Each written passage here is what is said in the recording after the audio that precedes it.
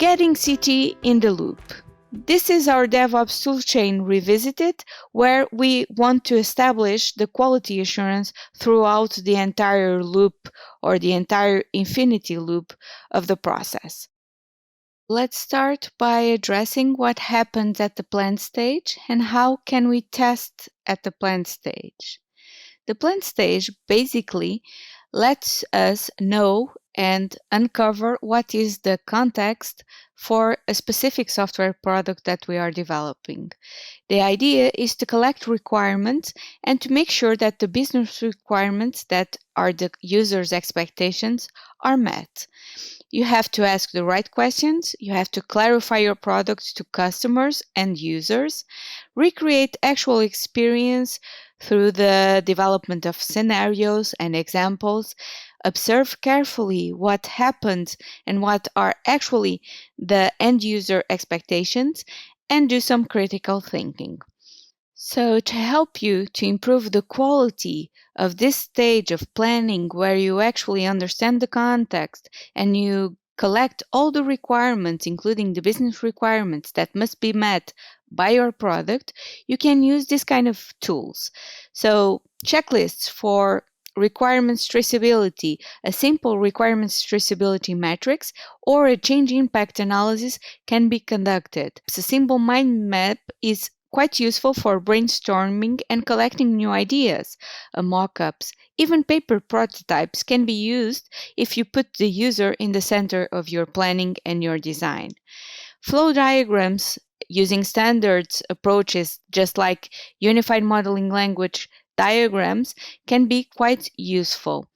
This also implies to use something quite physical like a whiteboard, or even use currently the virtual whiteboards that are available. We can proceed to create models and create test data specifically for these models and do some model-based testing. And use a specific domain-specific language for behavior-driven development, such as Gherkin, as we have already seen in a previous topic of this course.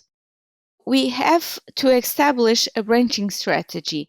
This implies to use one of the well-known Git branching workflows and adapt it to your team project under usage. So you have to ensure that continuous integration happens, and basically you have daily merges to what is your source of truth in the code area. So whether it be your master or your main or your trunk, you choose what you are most pleased with, and you actually have to promote the continuous integration to that specific branch in your source versioning repository. You have to automate this as much as possible to ensure that everyone follows the same approach, and you have to keep your merge strategy on the same page as your branching strategy for obvious reasons. Branching and merging strategies is the centralized approach that basically centers all the development in the same line of versions. That line is called the trunk. This is available since the early stages of versioning code, even for systems like Subversion. One of the most common and distributed approach is the feature branch strategy. And then you have a couple of new flavors, just like the short-lived feature branches or the GitHub flow, where you can actually, by developing a new feature, you promote the creation of a new and dedicated branch where you actually develop the entire feature, and once the feature is completed, you put it back into the main trunk. You can use Git flow, that is a more detailed and more specific approach to feature branching. You can use forking, that is a quite common approach for use in open source projects, where you actually clone or fork an entire repository and follow your line of development. You have to basically choose one of the strategies and adapt it to make it work in your specific context. Regarding code, we have already spoken about code reviews. We have approaches such as static analysis to ensure code quality. We have unit testing, we have pairing, where we have two testers or two programmers that are concerned and have a focus on testing. And keep in mind the Conway's law. So if you're designing a product and you are developing a product in a company that has several teams that must communicate with one another, please make sure that you blaze a trail to ensure that everyone is on the same page and that your code does not replicate the actual team grouping that exists in real life. To establish quality in your code, you can use a couple of tools that are at your disposal.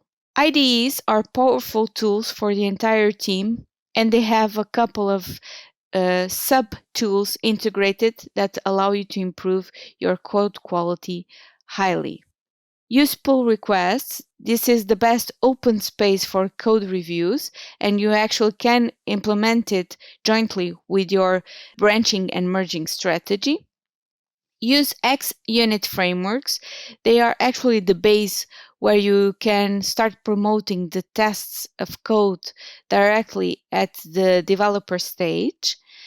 Use tools such as SonarLint and SonarQube that actually allow you to conduct static analysis for your code and check metrics such as lines of code, code coverage, code complexity. Use communication tools effectively.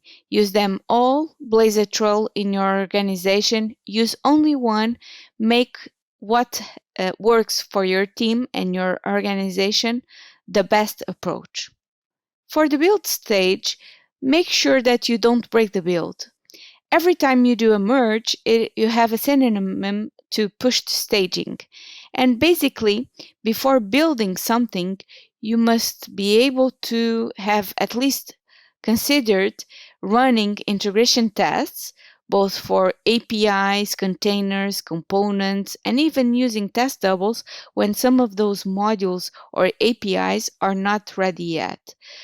Make sure that you understand the efficiency of regression testing. Consider also automating tests for end-to-end tests that are quite useful and that are almost at the level of acceptance testing. Do some configuration management testing. Build your product for several environments. Do some execution management. Run after you have built your product, run it in several environments and monitor. Don't forget to monitor your execution environment. Also, add the non-functional requirements such as accessibility, security, usability. Use tools such as Selenium and Appium.